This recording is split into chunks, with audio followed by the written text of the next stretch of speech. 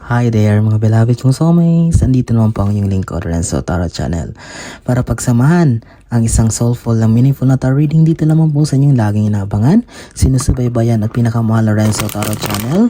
Mega shoutout po sa ating mga pinakamahal na soulmates sa buong Pilipinas at sa ating mga masisipag at laging nakabang na overseas Filipino workers of OFWs. Maraming salamat po sa inyong walang sawang tiwala, support at nakakataba sa puso ng mga komento.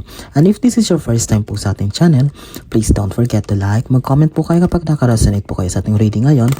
And of course, wag niyo pong kakalimutan na mag-subscribe. Subscribe po para mas lalong lumago ang channel lang yung lingkod at mas marami tayong soulmates na matulungan na mabigyan ng soulful and meaningful na tarot reading. Okay? Ang ating pong reading ngayon isang bonus reading para sa ating mga pinakamamahal na nasa sign ng Scorpio. Ulitin ko, Scorpio, para sa inyo ito. Okay, isang shuffle pa, wag na natin pang patagalin pa. Sige. Okay, Scorpio, para sa inyo to. Spirit Universe, Spirit Guides, bigyan niyo po kami ng 10 baraha para sa aming pinakamamahal na nasa sign ng Scorpio. Kapag bago po kayo sa ating channel, kumukuha po ang inyong lingkod ng 10 baraha na siyang ini-interpret po natin base sa energy na binibigay sa atin ng universe at ilalatag po natin yung 10 baraha. Tuloy-tuloy na po tayo ha, para hindi tayo ma-distract sa ating mga kapag mayat maya po tayo magsashuffle. Kailangan tuloy-tuloy na. Kunin lang po natin yung 10 baraha. Spirit Universe. Hindi natin to kunin kasi napakarami. Yan, 2. Ayusin lang natin ha. Kasi kunin natin talagang yung card na pumipiglas or tumatalon. Spirit Universe, Spirit Guides. Meron na po tayong 2. 8 pa po. Spirit Universe, Spirit Guides. 8 cards please para sa aming mga pinakamamahal na sa sign ng Scorpio. Ayun. 3. Spirit Universe, Spirit Guides. Spirit Universe, Spirit Guides. Ayan, may 2 po. 5 na ha. Naka-5 na tayo, Scorpio. 5 na lang ang kukunin natin para sa yung reading ngayon. Spirit Universe, Spirit Guides. Last 5 cards. 5 cards please para sa aming pinakamamahalan na sa sign ng Scorpio. 1, 2, 3, 4, 5, 6, 7, 8. 2 na lang po. Ulitin ko po, kapag hindi pa po kayo nakasubscribe ha, at kapag nagustuhan nyo pong reading natin yan, please subscribe po. Okay, malaking tulong po sa atin yan. Kunin na natin to 9, 10. Okay. Ayan. Buo na po ang ating 10 baraha. Okay. Scorpio, ilatag lang natin ha. Sige, maraming salamat po. Hindi po ako magsasawang pasalamat sa inyo, sa inyong walang sawang tiwala, suporta. Lalong lalo na yung mga nakakataba sa puso ng komento na aking nababasa sa araw-araw na yung binibigay po sa ating channel. Maraming salamat po. Sige, sisimulan natin, Scorpio, ang iyong bonus reading sa iyong pambungad na baraha, which is Scorpio, what is this? Scorpio, 10 of Swords. Drain ka daw ngayon. Parang you are in a situation. Parang pagod na pagod ka. Hindi lang literal na pagod. Parang naubos yung energy mo. Bagsak ka ngayon. Parang ayaw mong kumilos. Ayaw mong gumalaw. Ayaw mong gumawa ng mga desisyon. It seems na talagang gusto mo lang matulog. Gusto mo lang, ano ba to? Parang grabe. Parang inubos yung energy mo. Pagod na pagod ka. Overwhelmed ka, talagang grabe tong problema na pinagdaanan mo or iniisip mo, parang daming tumatakbo sa isipan mo to the point na naubos yung energy mo. At ayan, bagsak ka, hindi ka lang basta bumagsak sa lupa. Merong mga nakatusok na sword sa iyong sabihin, may mga dami mong dinadala sa iyong puso, sa iyong isipan na bumabagabag sa iyo to the point na talagang problemado ka or talagang bumagsak ang iyong katawan. Sige, tingnan nga natin, Scorpio, kung ano to. Okay. Sword pa rin. Okay, Scorpio. May kinalaman daw to sa mga tao, sa paligid mo or kasama mo sa trabaho or kaibigan mo, kapamilya mo, basta umiikot sa circle mo na ito yung mga tao yung naging cause. Ito yung mga naging cause ng mga itong problema. Ayan, sila yung nagde-drain ng energy mo kasi ang dami nilang mga ganap, ang dami nilang mga sinasabi sa iyo or ang dami paninira o kung ano man yan. Here, tignan mo sila, masaya, nakikita kang nakadapa or parang bagsak na bagsak. Ito yung mga klase ng taong traidor. Okay, ito hindi dapat pinapakisamahan. O kaya pala, drain na drain ng energy mo Scorpio kasi dahil sa mga taong ito na pailalim kang tinitira o pagtalikod mo, binabackstab ka, wala ka namang ginagawang masama. They are really happy na makita ka na hirap sa buhay. Okay? Ito yung mag-comment nga kayo Scorpio kapag nakaresonate kayo kung ngayon ito yung current situation nyo. Basta yung mga tao na yan, nasa paligid mo lang yan, nakakasama mo, nakakasalamuha mo yan sa araw-araw. Okay. This is a beautiful card. Bakit? Makinig ka Scorpio. Queen of Swords, humarap siya dito. Ibig sabihin, ma-overcome mo daw ito. Kailangan mong labanan itong mga tao na to. Not literally na makipag-away ka. Okay? Kailangan mo lang ipakita, kailangan mo lang bumangon, kailangan mo lang ipakita sa kanila na hindi ka apektado sa mga ginagawa nila or kailangan mo ipakita na hindi sila yung dapat magbibigay nito mga problema sa'yo. Kasi tingnan mo, Queen of Swords humarap dito. Ibig sabihin, mapagpagtagumpayan mo. Ayan, sword pa rin. Patatlo ng sword yung lumabas. Ibig sabihin, ma-overcome mo sila. May papatunayan mo sa kanila na makakabangon ka or maaayos ang buhay mo na hindi sila kasama. Okay? Kasi kung doon nakaharap sa left, ibig sabihin talagang magpapatuloy yung conflict sa inyo o talagang magkakaroon pa rin ng alitan. But this Queen of Swords, Scorpio, makinig ka mabuti. This Queen of Swords, ipagpapatunay lang na talagang ma-overcome mo ang lahat. Okay? Sa pamamagitan ng deadmahin mo lang sila. Huwag mo silang papakisamahan. O sabihin, you deal with them with professionalism, okay? Kung trabaho lang, magugulat din yan, magsasawa din, titigil din yung mga yan. Kahit sila, babalik din sa kanila, magbabounce back sa kanila itong mga ginagawa nila na, after all, isang araw, bagsak na bagsak to, ba't yun parang ang bilis? Parang walang nangyari? Yes, that's the best way, Scorpio. Ipakita mo sa kanila na hindi ka nila mapapabagsak, hindi ka apektado sa mga ginagawa nila. And isipin mo lang na lahat ng ginagawa ng mga tao sa mundo or anuman, the energy will come back to them easily. That's the rule of karma. Napakabilis niyan. Pang-apat. Ayan Chariot. Napakaganda, Scorpio. Why? You really need to move on daw. Kailangan mo daw mag-move. Kasama dito kasi ikaw mismo dapat ang gumawa ng paraan or kumilos, ipakita sa kanila na hindi ka apektado.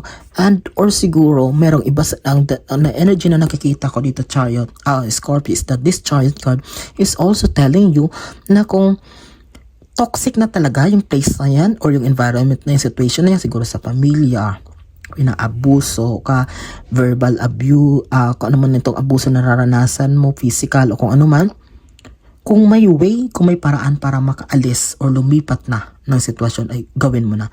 The same sa mga nagtatrabaho, kung yung sitwasyon na yan, yung place na yan, yung lugar na yan ay hindi maganda, hindi healthy, umalis ka na. It's all about, Chariot is all about movement to other place or it's all about moving on. Kasi, ito yung naging cause.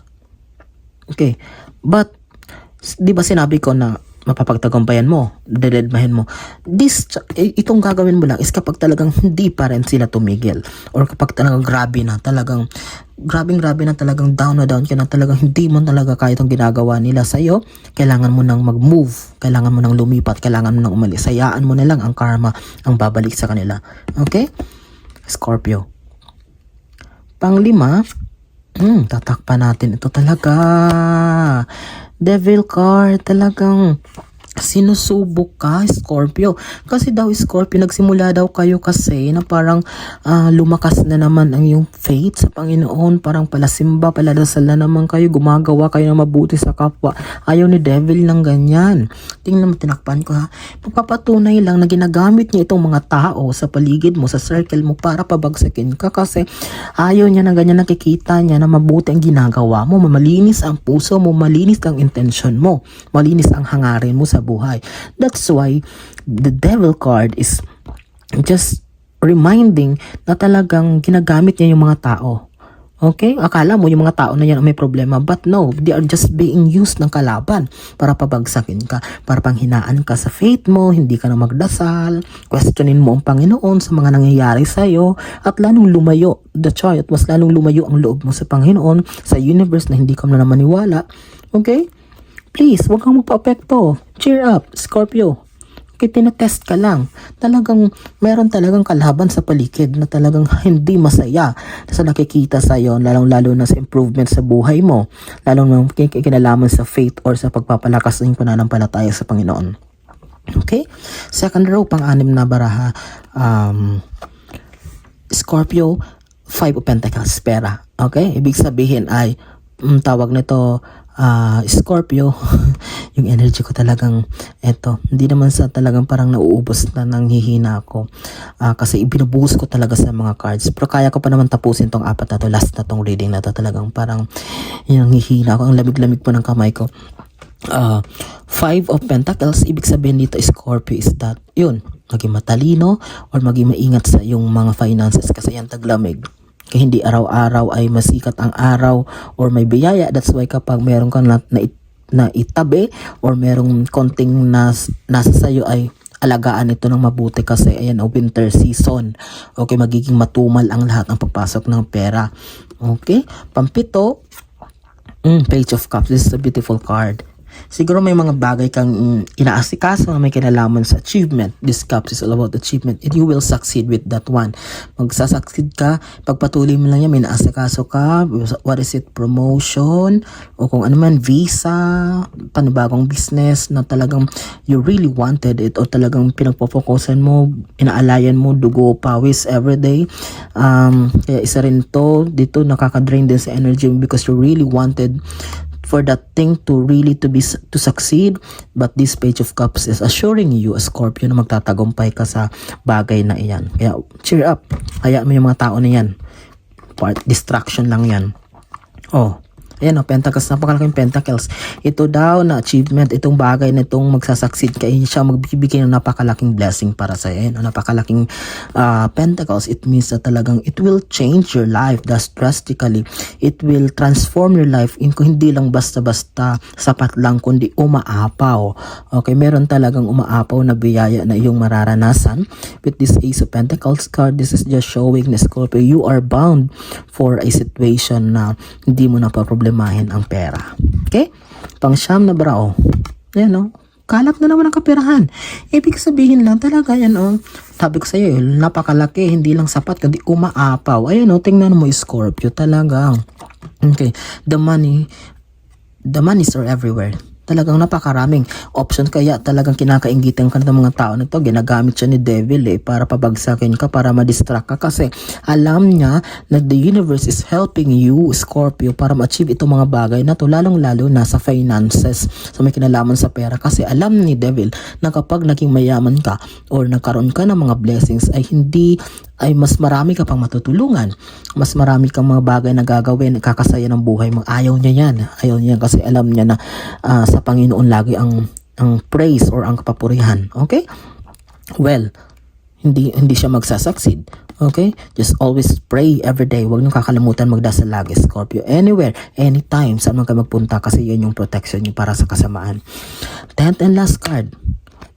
Diba? 7 of Cups, napakarami. Sabi ko sa iyo, napakarami mga options na pagbibigay sa universe na siyang magiging ways mo para mapagkakitaan ng pera.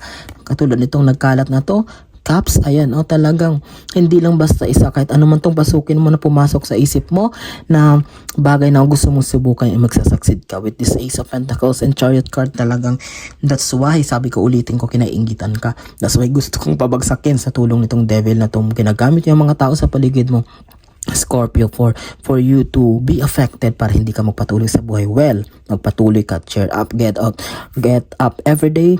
Okay? Kailangan mong walang ibang tutulong sa iyo kundi sarili mo. Kailangan mong lumaban, kailangan mong magpakatatag sa araw-araw because the time of harvest will come into you in the perfect time. Just wag mo lang papapekto sa mga tao. Kailangan mo lang mag-focus because there's a lot of opportunities coming on your way. Panghawakan mo yan and that will give you the prosperity that you really wanted. Sige?